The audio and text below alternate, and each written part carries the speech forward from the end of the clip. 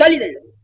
भजन भजन भजन भजन लेके चल दिया है, भजन भजन भजन करता हूँ, भजन करता हूँ। नहीं, बहन को भगवान किया कोई जरूरत नहीं। हमने खाते में भगवान किया देखा था, ये पूछा था आपके यहाँ कोई भजन का अकाउंट है? उन्होंने कहा भजन का कोई अकाउंट नहीं है, भजन का कोई अकाउंट नहीं। हमारी अशराफत का अकाउंट है, और हमने जिंदगी किस तरीके से जी आपने, हमारा इसका अकाउंट है। आप बताइए कैसी जिंदगी जीते?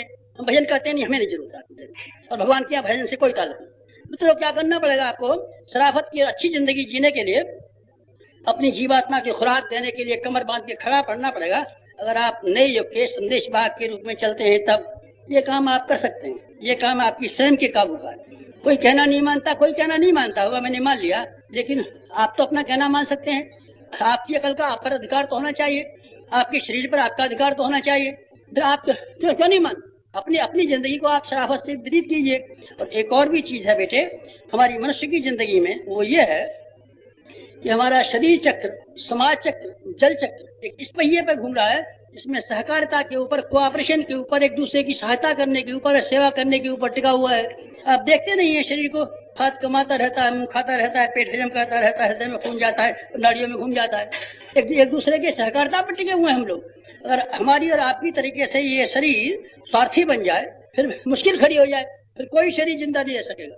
और ये मनुष्य समाज अगर बादलों को समुद्रों की तरीके से चलता नहीं रहे, ये मानव समाज मर जाएगा। समुद्र पानी देते हैं बादलों को, बादल बरस जाते हैं जमीन पर, जमीन का पानी चला जाता है नदियों में, नदियां चली जाती हैं समुद्र में, समुद्र से चक्र घूमता रहता है और सर्किल घूमता रहता है। आप सर्किल को घुमाना नहीं चाहते तो फिर दुनिया में तबाही आएगी और आपके लिए मुसीबत आएगी, तबाही आएगी, दुनिया में मुसीबत आएगी। अगर एक आदमी जो कुछ भी कमाएगा स्वयं ही खाता रहेगा और दूसरों की कमाई भी खाता रहेगा, अपनी भी खाता रहेगा। जिस समय में हम पैदा हुए हैं, जिस समाज में पैदा हुए हैं, उसकी समस्याओं के लिए हम कोई योगदान नहीं देंगे, उपेक्षा करते रहेंगे। हमें क्या काम है किसी से अपने मतलब से मतलब, अपने मतलब से मतलब, अपने मतलब से मतलब। अच्छा, आप अपने मतलब से मतलब रखते हैं तो ये कहाँ से लाए कपड़ा? कहाँ से कपड़ा लाए? समाज ने बना करके दिया है, पैसे से देके। हाँ साहब, ये तो पैसे दिया दे के लिया। अच्छा, तो पैसे दे के लाए हैं सब चीज। अच्छा, तो आपने माँ जो खरीदी थी कितने पैसे खरीदी थी बताइए आप? माँ जो खरीदी थी, माँ जिसने आपको पेट में रखा, जिसने आपको दूध पिलाया, कितने पैसे से लाया? पैसे वाला बनाया, बड़ा भारी पैसे वाला। बीवी जो तेरे पास आई है, सारी जिंदगी तेरी सेवा करती है, कितने पैसे में खरीद के लाया? नहीं महाराज जी, मैं तो पैसे से लाया हूँ, बड़ा पैसे वाला यार। जिस जमीन पर रहता है, ये जमीन कितने पैसे में तेने खरीदी है? और जिस सड़क पे तू चलता है, ये कितने पैसे में सड़क खरीदी? और जिस गंगा जी में नहा करके आया तेने कितने पैसे में खरीदी? और सूरज जिसकी रोशनी में बैठता है, कितने पैसे में खरीदा है?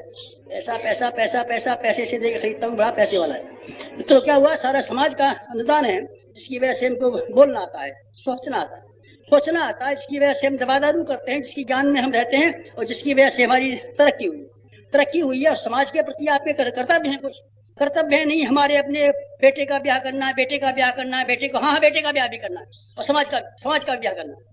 इस समय में हम पैदा हुए हैं, युग में पैदा हुए हैं, देश में हम पैदा हुए हैं, धर्म में हम पैदा हुए हैं, समय में हुए हैं, संस्कृति में हुए हैं, उसकी भी कोई जिम्मेदारी हमारी नहीं, इसकी कोई जिम्मेदारी नहीं है साहब। हम तो अपना मौज करने की जिम्मेदारी है, औलाद की जिम्मेदारी है।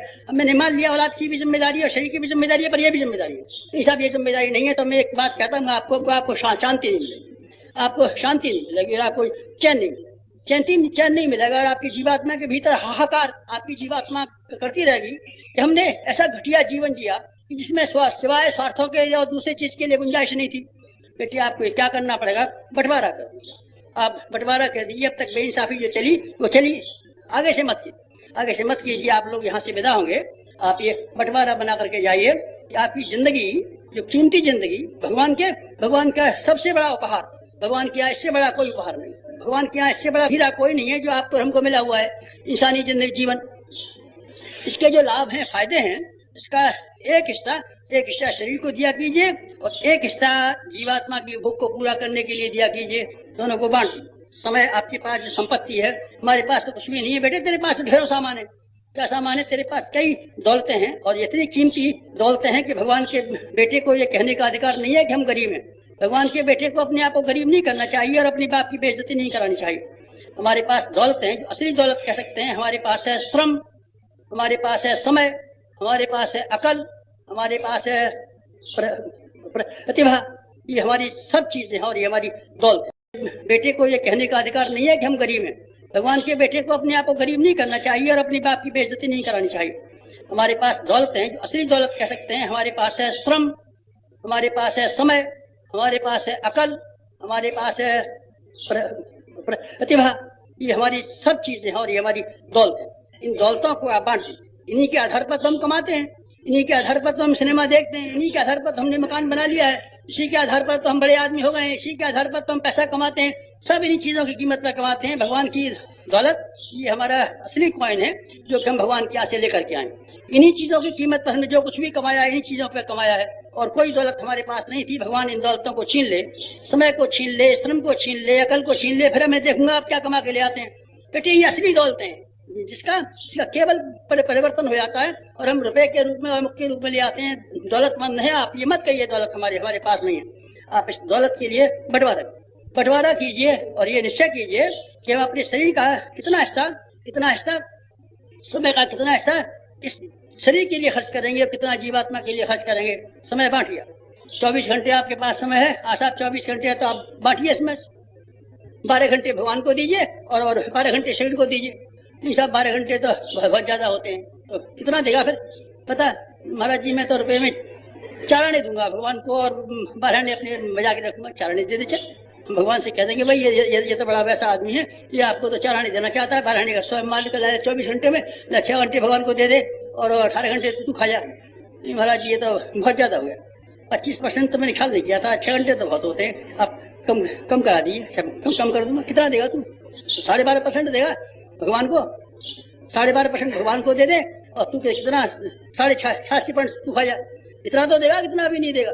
नहीं महाराज जी इतना तो दे दूंगा, तो दे चल 8वां हिस्सा तो देगा, रुपये में 2 आना तो देगा। 24 घंटे में 3 घंटे दे। किसके लिए दूंगा बेटे? वो तो तेरा उसमें शामिल है, उसको मैं भजन को मैं कभी शामिल नहीं करूंगा। भजन को मैंने कभी शामिल नहीं किया और भजन को मैं व्यक्तिगत आवश्यकता मानता हूँ। शरीर में मैं साबुन लगाता हूँ, बालों में कंघी करता हूँ और कपड़े धोता हूँ, ये बेटे किसी पे ऐसा नहीं है। ये शरीर नहीं धोऊं तो मुश्किल हो जाएगा, और अपने दिमाग को मैं धोने के लिए भजन न करूं तो बेटे मेरा दिमाग गंदा हो जाएगा। ऐसा नहीं है ये भगवान के ऊपर, और ये जीवन की सार्थकता नहीं है।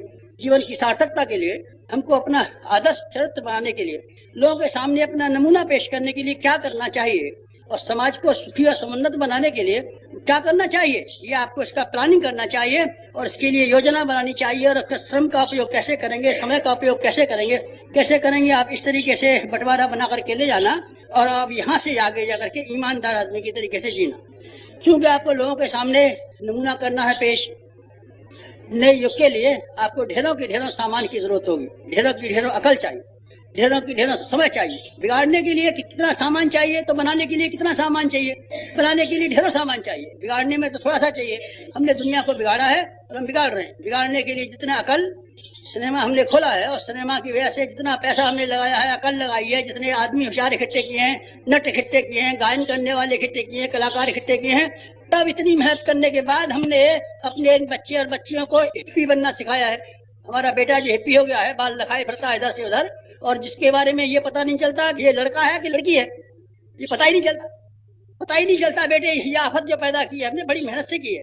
हमने सिनेमा बनाया और लड़के लड़कियों के दिमागों में ये खुराफातें पैदा की कि जिनका शौर्य, जिनका साहस, जिनका पराक्रम, जिनका तेज सब गायब हो गया और जनानियों की तरीके से, जनखों की तरीके से न ये मालूम पड़ता है कि ये कम वक्त लड़के हैं कि ये लड़की हैं, न इनके सामने कोई तेज है चेहरे पर, वही बनावट, वही श्रृंगार रंडियां जिस तरीके से श्रृंगार करती रहती है सारे दिन, बालों के श्रृंगार।